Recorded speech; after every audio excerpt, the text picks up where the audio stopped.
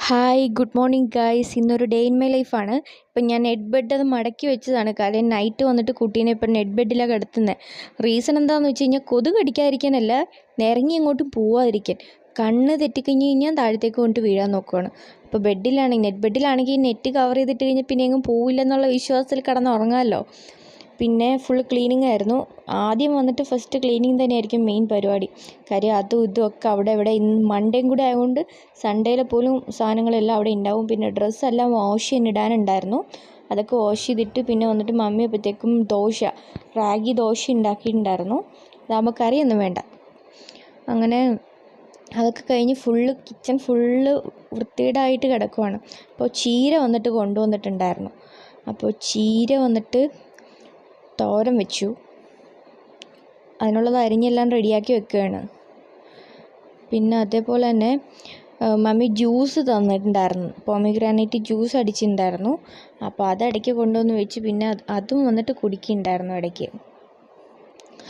ഈ പോമിഗ്രാനൈറ്റ് അടിക്കുമ്പോൾ അതിൻ്റെ കൂട്ടത്തിൽ ലെമണും കൂടെ പിഴിഞ്ഞടിക്കും, ആ ഒരു പുളി മധുരം ഒന്ന് ടാലി ആവാനായിട്ട്. പിന്നെ വന്നിട്ട് ക്യാബേജ് റോസ്റ്റ്, നമ്മൾ ചിക്കൻ കറി വെക്കണ പോലെ തന്നെ ക്യാബേജ് വയ്ക്കാൻ പറ്റും. പിന്നെ ഹോട്ട് ബോക്സിലേക്ക് വന്നിട്ട് നമ്മുടെ ആ ഉപ്പേരിയൊക്കെ മാറ്റി വെച്ച് പിന്നെ ഉച്ചയായപ്പോൾ തൈരും ക്യാബേജും ഒക്കെ കൂടെ കൂട്ടിയിട്ട് കഴിച്ചു. സത്യം പറയാമല്ലോ ഗ്യാസ്, ക്യാബേജ് കൊള്ളില്ലായിരുന്നു. എന്താ വെച്ച് കഴിഞ്ഞാൽ നമ്മൾ റോസ്റ്റ് ഉണ്ടാക്കുമ്പോൾ മസാലയിൽ ഇങ്ങനെ വെള്ളം ഒഴിക്കാൻ പാടില്ലായിരുന്നു. ഞാൻ വെള്ളം ഒഴിച്ചു കുറേ നേരം അത് വറ്റിക്കാൻ വേണ്ടി എടുത്തു. ആകെ മസാലയും കൂടി ആകെ വായി വയ്ക്കാൻ പറ്റാത്ത ടേസ്റ്റായിരുന്നു. പിന്നെ മല്ലിച്ചപ്പും പുതിനയൊക്കെ വന്നിട്ട് എടുത്ത് മാറ്റണമായിരുന്നു. പുതിന ഇരുന്നത് വന്നിട്ട് കുറച്ച് താഴെയൊക്കെ ചീഞ്ഞ് തുടങ്ങിയായിരുന്നു. പിന്നെ അതൊക്കെ കട്ട് ചെയ്ത് കളഞ്ഞു. ആ ബോക്സൊക്കെ ക്ലീൻ ചെയ്തു. മല്ലിയും പുതിനയും കൂടെ വന്നിട്ട് ഒരു കണ്ടെയ്നറിലേക്ക് മാറ്റി അതേപോലെ സാധനങ്ങളെല്ലാം വന്നിട്ട് ക്ലീൻ ചെയ്ത് വെക്കുന്നുണ്ടായിരുന്നു.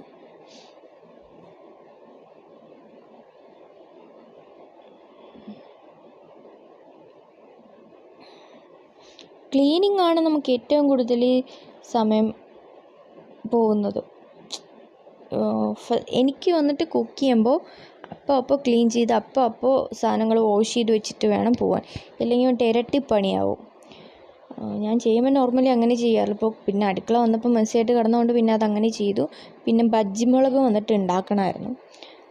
മാർക്കറ്റിൽ പോയപ്പോൾ ബജ്ജിമുളക് കിട്ടിയിട്ട് പക്ഷെ ശരിയായില്ല. ചെറിയ ചെറിയ കഷ്ണമാക്കി അരിഞ്ഞ് വറുത്ത് കഴിഞ്ഞപ്പോൾ പിന്നെ ശരിയായി.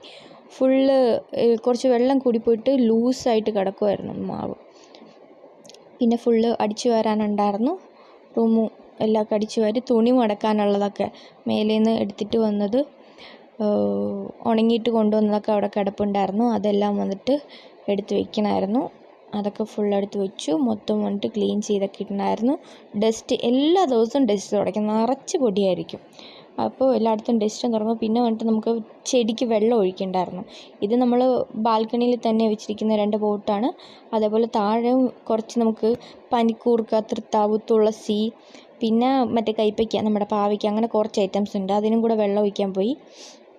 പിന്നെ വന്നിട്ട് ആകെ നനഞ്ഞിട്ടുണ്ടായിരുന്നു. കാര്യം ഞാൻ മേലെയും തന്നെയാണ് വെള്ളം ബോട്ടിലാക്കിയാണ് കൊണ്ടുപോയി ചെടിക്ക് ഒഴിക്കാൻ വേണ്ടി പോയത്. താഴത്തെ ബാത്റൂമിൽ അഴുക്കായതുകൊണ്ട് ഞാൻ കയറിയില്ല. അങ്ങനെ ഡ്രസ്സൊക്കെ ഫുള്ള് നനഞ്ഞിട്ടുണ്ടായിരുന്നു. പിന്നെ കുളിക്കാൻ പോയി. പിന്നെ കുളിച്ച് വന്നിട്ട് പിന്നെ നമുക്ക് ചായ കുടിക്കണമായിരുന്നു. കുഞ്ഞിന് കുറുക്ക് ഉണ്ടാക്കാനുണ്ടായിരുന്നു. കുറുക്കൊക്കെ ഉണ്ടാക്കി വെച്ചു. പിന്നെ ബജ്ജിമുളക് ഉണ്ടാക്കിയിട്ടുണ്ടായിരുന്നല്ലോ, ബജ്ജിമുളകും കട്ടൻ ചായയും കുടിച്ചു. പിന്നെ അത് കഴിഞ്ഞ് ഈവനിങ് വന്നിട്ട് നമുക്ക് കപ്പ ബിരിയാണി ഉണ്ടാക്കണമെന്ന് പ്ലാൻ ഉണ്ടായിരുന്നു. അപ്പോൾ ഇവിടെ അപ്പുവിനൊക്കെ വന്നിട്ട് മിക്സ് ചെയ്യണമെന്നൊന്നും ഇഷ്ടമല്ല, കപ്പ അധികം താല്പര്യമില്ല. അപ്പം ഞാൻ പിന്നെ കപ്പ സെപ്പറേറ്റ്, ചിക്കനും സെപ്പറേറ്റ് തന്നെ ഉണ്ടാക്കി. ലാസ്റ്റ് എനിക്ക് മാത്രമുള്ളത് കുറച്ച് ഒരുമിച്ച് ഒന്നുകൂടെ വന്നിട്ട് ബിരിയാണിയായിട്ട് ഉണ്ടാക്കിയെടുത്തു. എനിക്ക് വന്നിട്ട് അത് മിക്സ് ചെയ്ത് കഴിക്കണേ ഇഷ്ടം. പിന്നെ ചിക്കൻ കറിയുടെ കാര്യങ്ങളൊക്കെ ഞാൻ സെപ്പറേറ്റ് കുക്കറിൽ ചെയ്യുന്നുണ്ടായിരുന്നു.